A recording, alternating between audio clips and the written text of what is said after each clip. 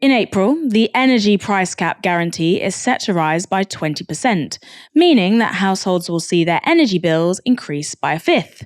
At the same time, the £400 energy support scheme will come to an end. Put together, households are going to be hit hard.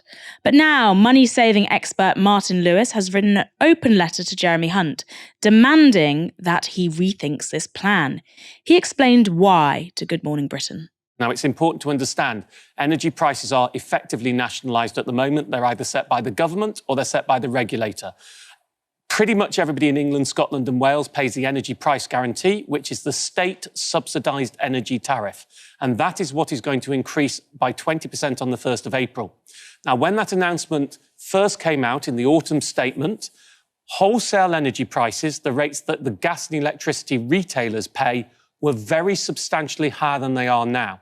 And what's actually looking to happen right now is we will be on the energy price guarantee from April to July, so the state subsidised price.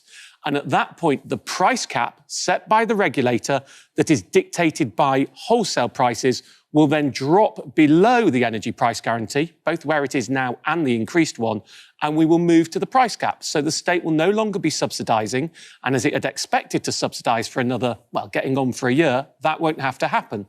So my call is very simple. Both for people's pockets and for people's mental health. When this letter comes out, bill after bill has gone up, energy prices have doubled, broadband rates are going up by 14% in April. We've got water bills going up by 7.5%. We've got the energy support mechanism being withdrawn in April. At that point, it seems to me there is no need to write to people and say there is a 20% rise coming. If it were just postponed for a few months, it's likely prices would not go up. They would then go down. So we could stick where we are right now. There's a lot of headroom because wholesale prices have come down so much. It's likely over 10 billion on some estimates, less that the government will spend than it was expecting to spend supporting this measure because the underlying wholesale rates have come down. Another way of putting that is that the wholesale energy price predictions that the Chancellor relied on when he made his autumn statement are a lot more optimistic now than they were then. Cornwall Insights have produced this prediction for where the energy price cap will go over the rest of the year. The important figures are the totals at the bottom. When Hunt made his autumn statement, the price prediction for July to December 2023 was about £3,200. As you can see from the table, it's now about £800 cheaper. That £800 difference in energy costs means huge savings for the government in the long term, some of which could be used to protect households from unnecessary jumps in their energy bills over the next months. And changes in wholesale energy prices seem to back Lewis up. This graph from energy brokers Clifford Talbot shows the change in energy prices over the last year. Oil prices, that's the orange line, peaked in late February last year, but have been steadily dropping since early summer.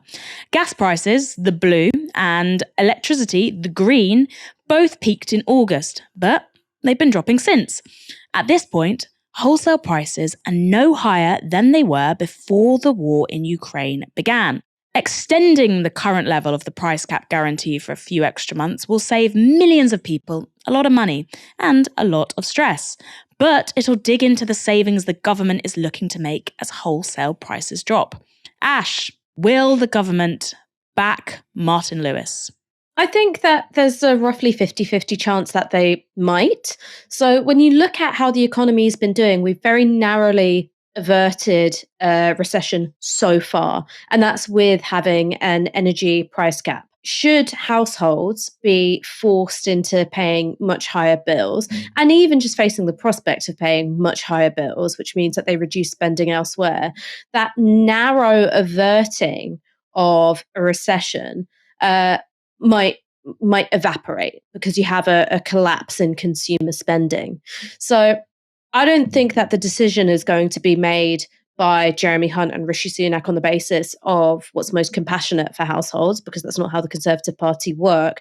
But there is, in terms of their own priorities, a set of economic incentives, which might mean that they go, it's worth insulating houses from an increase in the energy price cap for a bit longer, because it does have these other economic benefits.